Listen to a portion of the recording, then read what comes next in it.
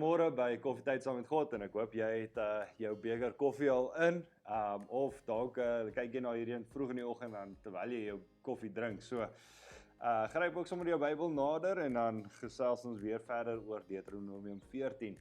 En dit is eintlik so mooi gedeelte. Ek lees vandag uit die 33-53 vertaling uit, net om so 'n bietjie van 'n ander perspektief ook te kry rondom die teksgedeelte. En laat ons lekker ook daaroor gesels. So kom ons lees dit gou-gou in die eerste plek. En dan gesels ons lekker saam. So Deuteronomium 14 vanaf vers 22. Hy sê jy moet noukeurig die hele opbrengs van jou saad wat jaar vir jaar uit die land uitspruit verdien.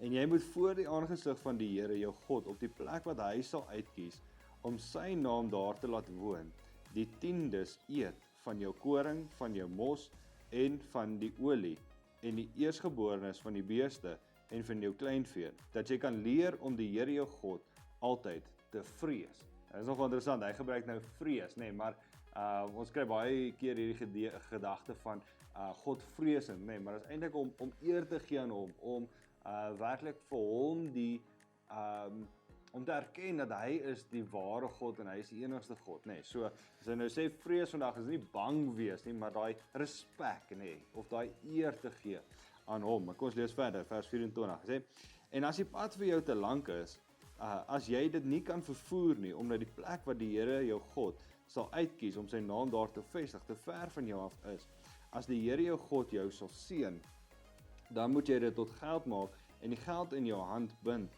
en na die plek gaan wat die Here jou God sal uitkies. Dan moet jy die geld gee vir alles wat jou siel begeer, vir beeste en kleinvee en wyn en sterk drank en vir alles wat jou siel van jou begeer. En jy moet daar eet voor die aangesig van die Here, jou God, en vrolik wees, jy en jou huis.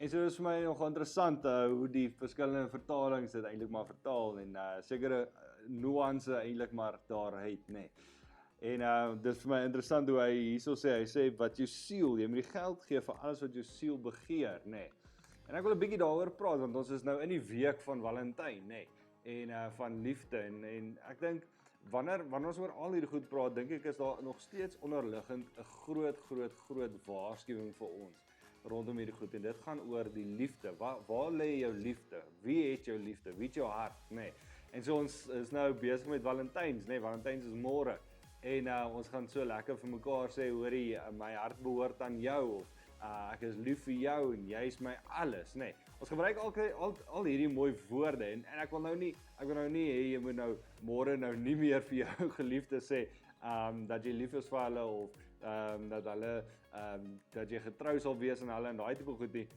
Maar dink 'n bietjie aan die woorde wat ons gebruik, Jy is my alles, jy is my wêreld, my hart behoort aan jou, al hierdie tipe goed, En daar's net een persoon wie eintlik hierdie woorde mag hoor, of vir wie ons eintlik hierdie woorde sê. Nou weer eens, ek wil nou nie hê jy moet asseblief, jy mag nou nie vir môre vir iemand dit sê nie. Dis nie waaroor dit gaan nie, Maar dat ons sal bewus word van hoe praat ons, Want ons kan so maklik eintlik in hierdie struik val van ons hart gee, werklik gee vir iemand anders te behalwe vir die Here. En so, wat is die gebod, wanneer die Fariseërs en Sadduseërs na Jesus toe kom en sê, wat is die belangrikste wet?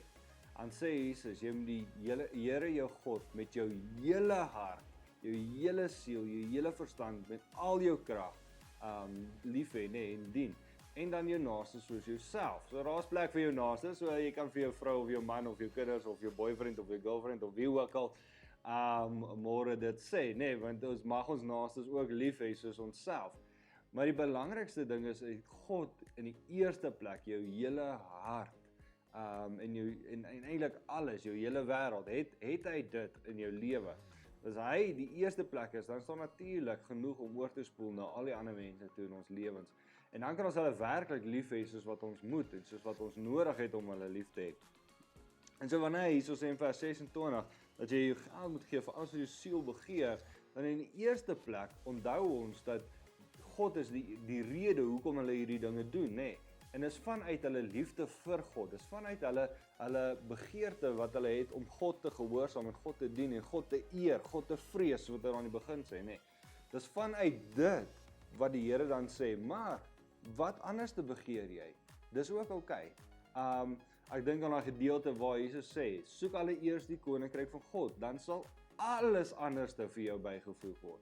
So, Jesus sê nêrens dat die ander goed is sleg, ons mag geen, ons moet eintlik bejammeringswaardig wees, of ons moet eintlik geen ander ding wil hê, of enigiets soos dit as God nie.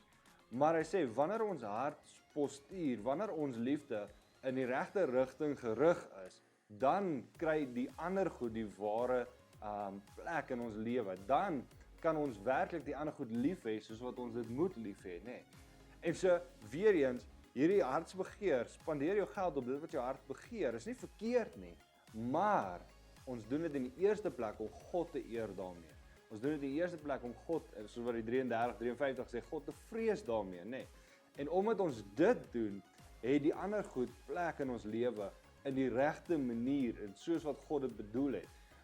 God het nie bedoel dat ons lewe moet ons hele lewe moet suffer nie. God het nie bedoel dat ons lewe nie kan geniet nie.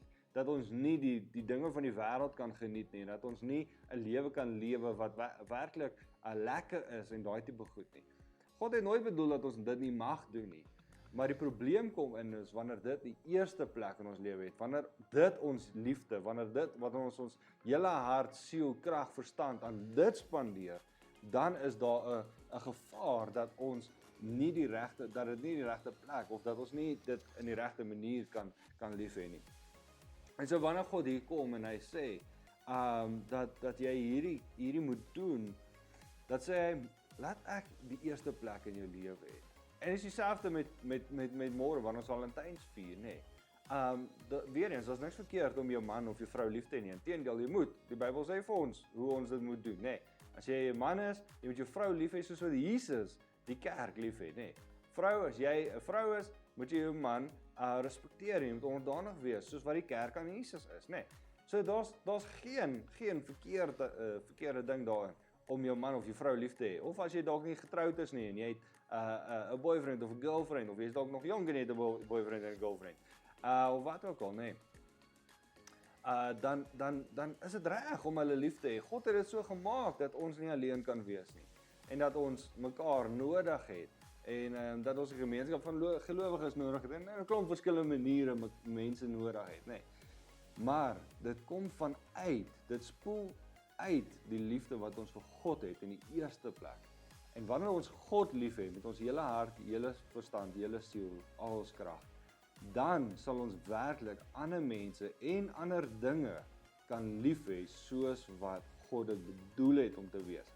En daai bedoel het om te wees is nie 'n tweede klas nie, dis nie 'n afgeskeepte of jy kry maar net die krummels van 'n persoon se liefde nie. Nee, wanneer ons God werklik lief hê soos wat ons soos wat hy vra, dan sal ons werklik mense kan lief hê tot die beste van ons vermoë, nog lief hê soos wat ons nog nooit enigiemand lief gehad het nie. Geen persoon sal kla dat jy hulle minder lief het as ons werklik God in die eerste plek lief het met al ons met ons hele hart, met ons hele verstand, met ons hele krag, met ons hele siel. As ons werklik God so lief het, sal geen ander persoon kla dat ons hulle op 'n slegter manier of krummels gee van ons liefde of wat ook al nie. Ons sal hulle lief hê soos wat ons hulle nog nooit tevore lief gehad het nie.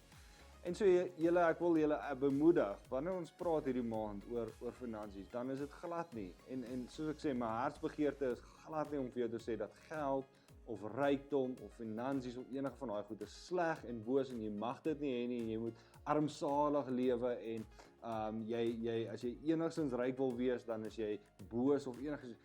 Dis glad nie my hartsbegeerte nie. En ek dink dis ook glad nie wat die Bybel vir ons leer nie. Maar wat die Bybel vir ons wel leer is, wanneer ons God eers in ons lewe sit, dan sal ons daai goed reg lief hê. Dan sal ons daai goed lief hê met die regte intensie en selfs die mense in ons lewe, soos ek nou 'n hele paar keer gelees het. En so ek wil julle weer eens net die gedeelte vir julle lees, net om weer eens net die volgorde van hierdie dinge eintlik maar in plek te sit. En so hy begin om te sê, jy moet nou keurig die hele opbrengs van jou saad, wat jaar vir jaar uit die land uitgesprei het, vir 10, so in 10des deel, nê. En jy moet voor die aangesig van die Here jou God op die plek wat hy sal uitkies om sy naam daar te laat woon. Die tiendes eet van jou koring, van jou mos, van die olie en die eerstgeborene van jou beeste en van jou kleinvee, dat jy kan leer om die Here jou God altyd te vrees. En so dis waar ons begin. As ons doen hierdie dinge, ons doen dit want ons wil God eer of soos die 33:53 sê, vrees, nee. Ons wil vir hom die regte respek of die nodige respek gee. Ons wil hom eer daarmee.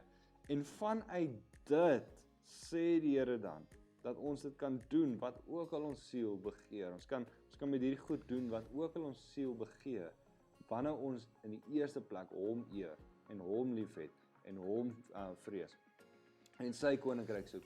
En wanneer ons dit doen, dan sal die ander goed die regte plek in ons lewe inneem. En dan sal ons hulle kan lief hê met die regte liefde wat hulle ook nodig het en wat ook hulle toekom. En so julle wil ek julle bemoedig, geniet môre, geniet Valentynsdag. Sê vir die mense in jou lewe jy is lief vir hulle, maar mag ons in die eerste plek wanneer ons wakker word vir die Here sê hoe lief is ons vir hom.